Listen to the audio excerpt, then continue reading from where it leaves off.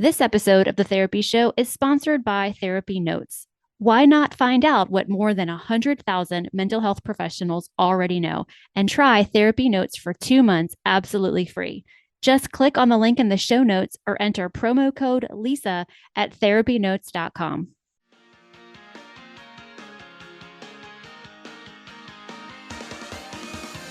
Welcome to the Therapy Show podcast. I'm your host, Lisa Mustard.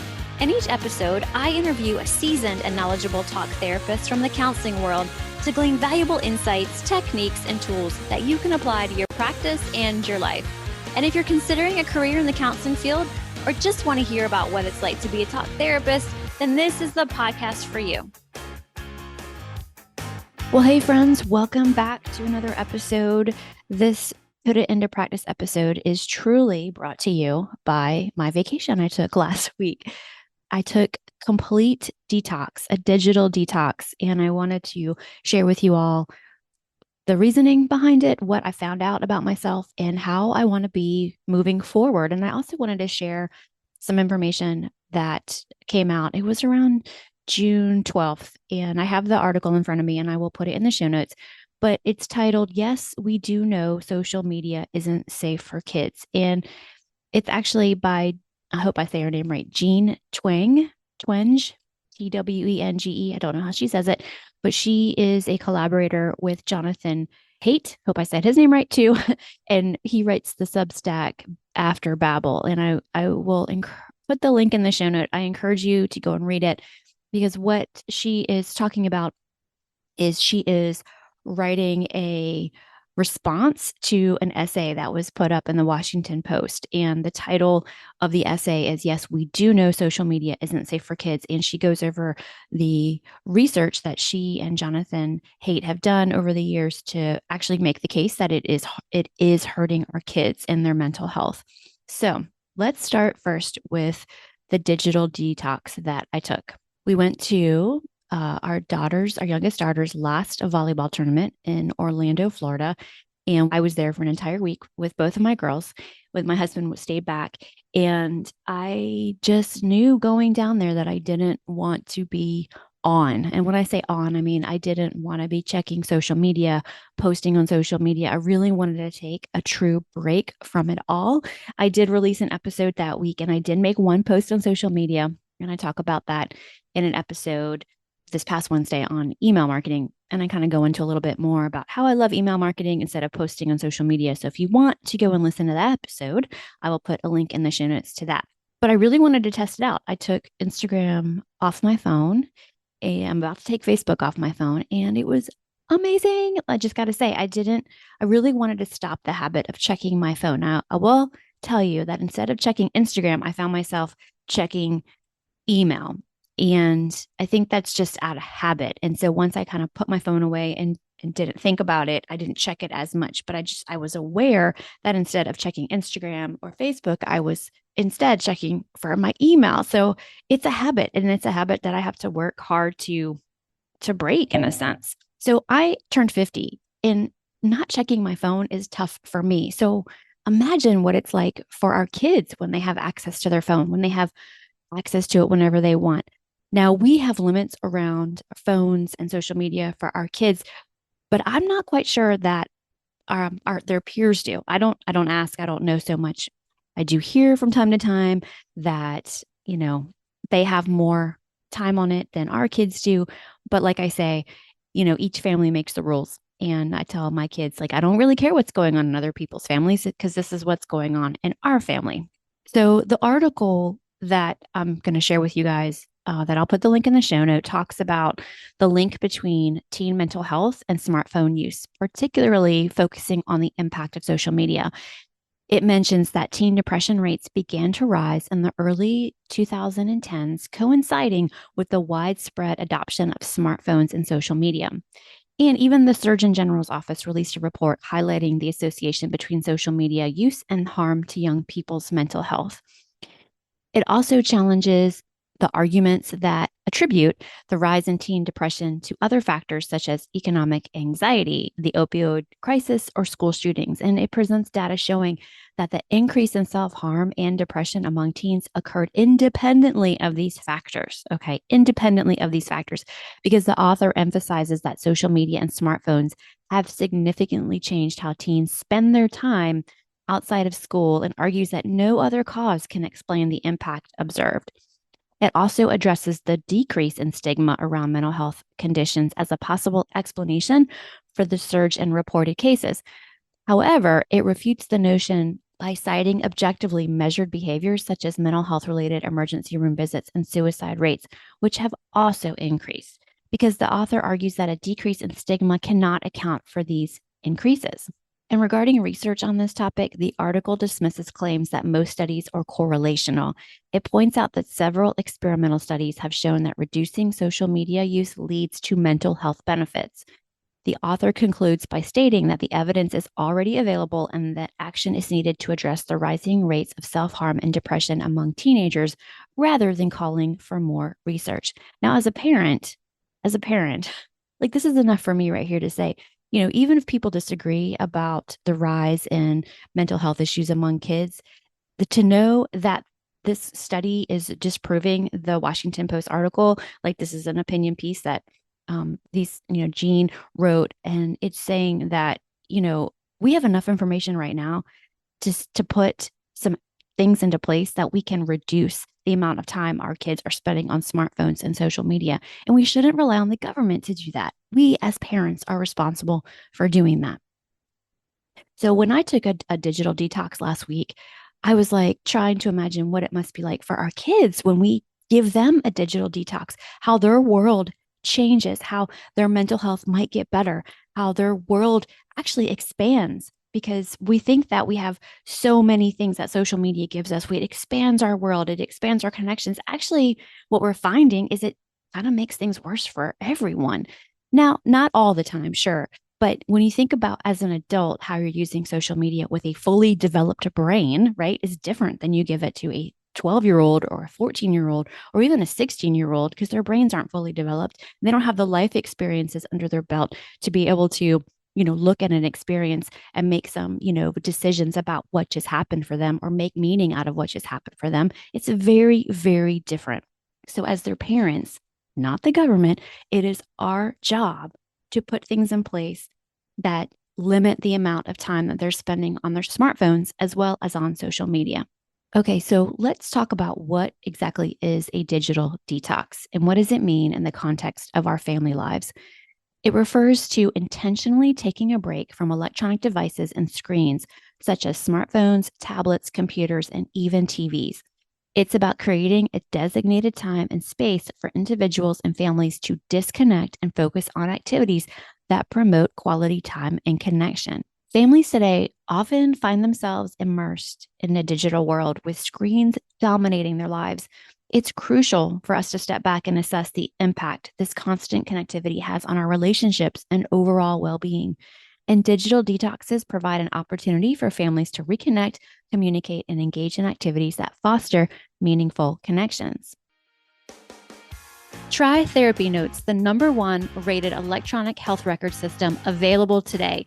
With live telephone support 7 days a week, it's clear why Therapy Notes is rated 4.9 out of 5 stars on Trustpilot.com and Google. Therapy Notes makes billing, scheduling, note-taking, and telehealth incredibly easy. And now, for all you prescribers out there, Therapy Notes is proudly introducing ePrescribe. And if you're coming from another electronic health record, Therapy Notes makes the transition quite simple, importing your demographic data free of charge so you can get going right away. So why not find out what more than 100,000 mental health professionals already know and try Therapy Notes for 2 months absolutely free. Just click on the link in the show notes or enter the promo code Lisa at therapynotes.com. Try it today with no strings attached and see why everyone is switching to Therapy Notes. So what are some of the benefits that we can experience by taking regular breaks from screens?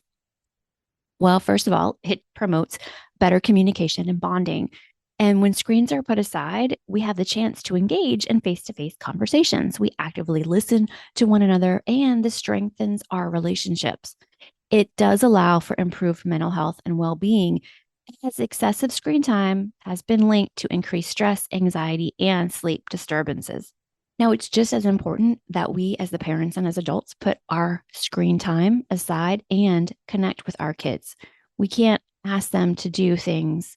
I mean, we can, and we do it all the time, I guess. We ask them to do things that we aren't doing, but we have to model the behavior and we have to show up to doing it first and engage with them because we are the adults in the situation. We are the adults in this relationship. I also want to say that having a digital detox encourages creativity and imagination because without screens to rely on for entertainment, families are more likely to engage in activities that require active participation, such as playing board games, which I really personally don't like. That's me.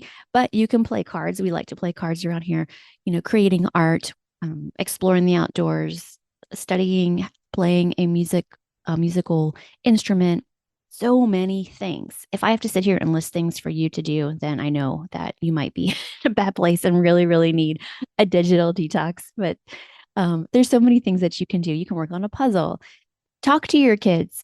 Maybe you're avoiding talking to your kids for some reason. Really take a look at why are you using your screen and social media and to keep you maybe disconnected from having meaningful relationships and conversations with your children or your spouse or your partner. But whatever you do, put aside your screen and do something that stimulates your mind and fosters creativity in both you and your kids.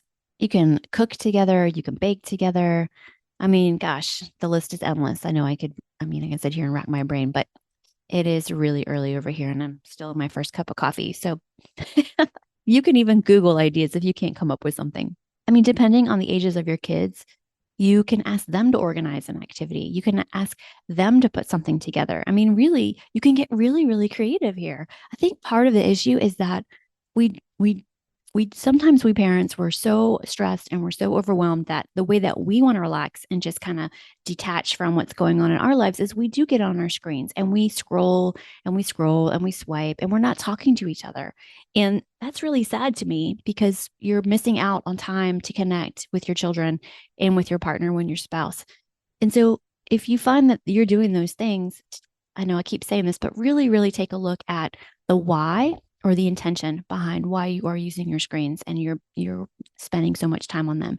It's really important that you understand your own behavior before you can really have a conversation with your kids about theirs. Now, I know that, kind of going into this cold turkey can be asking a lot. So start small and be flexible. You can start with short periods of screen time, being, screen time free, and you can gradually increase the duration as you become more comfortable with it. Maybe you're not ready to delete an app, a social media app off your phone. We'll set a timer around it or set a screen time limit around it. Do those things, start putting parameters into place. And then maybe eventually you'll get to the point where you're like, you don't even need it or you don't even want it. It's also really important to set clear guidelines and boundaries around screen time usage to ensure everyone is on the same page. So nothing comes as a surprise, nothing comes as a shock. Talk about it as a family. You don't have to ask them. You don't like your kid, you are the parent, be a parent, tell them what is going to happen. You're going to ease into it and tell them, I guess depending on how old they are, maybe why. And you can start with saying that you've noticed your own behavior and you don't like what you're seeing in yourself and you don't like what you're seeing in your family. And so, as the parent, you've made the decision that you're going to be cutting back on screen time as well as social media time. And you want to do the same thing for them. Now, just because you've already given it to them doesn't mean that you can't take it back from them. You got to lead by example. You got to model those healthy screen habits and actively participate in the chosen activities that you will come up with during your digital detox. Remember, the goal is to create a positive and enjoyable experience for everyone involved. Now, whenever I have questions about screen time use for my kids, I go to my favorite resource, which is Better Screen Time, which is betterscreentime.com. I'll put that link in the show notes. And I went and I looked on their website, and I wanted to know what they found when they decide, like how they decide what children should have different access to technology so they can learn to use it in a healthy way. And they have different recommendations for different ages and stages. So, like ages 3 to 5, ages 6 to 9, ages 10 to 12, and ages 13 to 17. I'm just going to share with you the ages 10 to 12 and ages 13 to 17 because those are the ages of our children. But if you have kids that are younger, definitely go to their website. It's on their homepage, and you can see the different suggestions for the age group that your kids are in. So for teenagers, better screen time suggests that, they know that teenagers use tech more than ever to stay connected to each other and the rest of the world. And they understand that there's a huge difference between ages 13 and 17, even though they're grouped together. So to support each age with different levels of tech access and support, parents of teens should use a slow and phased process with personal devices and smartphones and delay social media for as long as possible. Reinforce positive choices and use poor ones as an opportunity to teach and connect, and create boundaries that work for your teen. And those might look different from their friends. And like I said, that's okay. Help your teens discover personal values that will guide healthy decisions both online and offline. Have a conversation with them about personal values. Make sure their teens know that they are loved. And your teen is going to push for independence because that's what they do. And this is healthy and normal, but we are still the parents. So the goal is to launch your teens into a world with healthy tech habits and a sense of self stronger than any screen. All right, let's talk a little bit about preteens because preteens start to become more interested in peers and tech between the ages of 10 and 13, but you are still the number one influencer in your child's life. So at this stage, parents can reinforce family values and help children identify personal values, provide opportunities for children to pursue personal passions, build skills, and learn to unwind without a screen, teach valuable tech skills such as typing, coding, graphic design, art, learning a skill online, or connecting safely with friends and family on a family device, and resist the peer pressure to allow social media and personal devices with full internet access. Really important. Full internet access. You don't want to give them full wide range of the internet. And despite what society might tell you, preteens are still kids in the very best way. So, if we as parents want to prevent society's mental health crisis, let's let our kids be kids a little longer. Delay the smartphones, delay social media, give your family a digital detox. You give yourself a digital detox. Take this information and put it into practice. Well, that wraps up another episode of The Therapy Show with Lisa Mustard. I know there are hundreds of thousands of podcasts out there, and I'm thankful you've chosen to listen to mine. Be sure to visit lisamustard.com to access the show notes and discover more fantastic content. And I'd be grateful if you subscribe to the show. Thank you.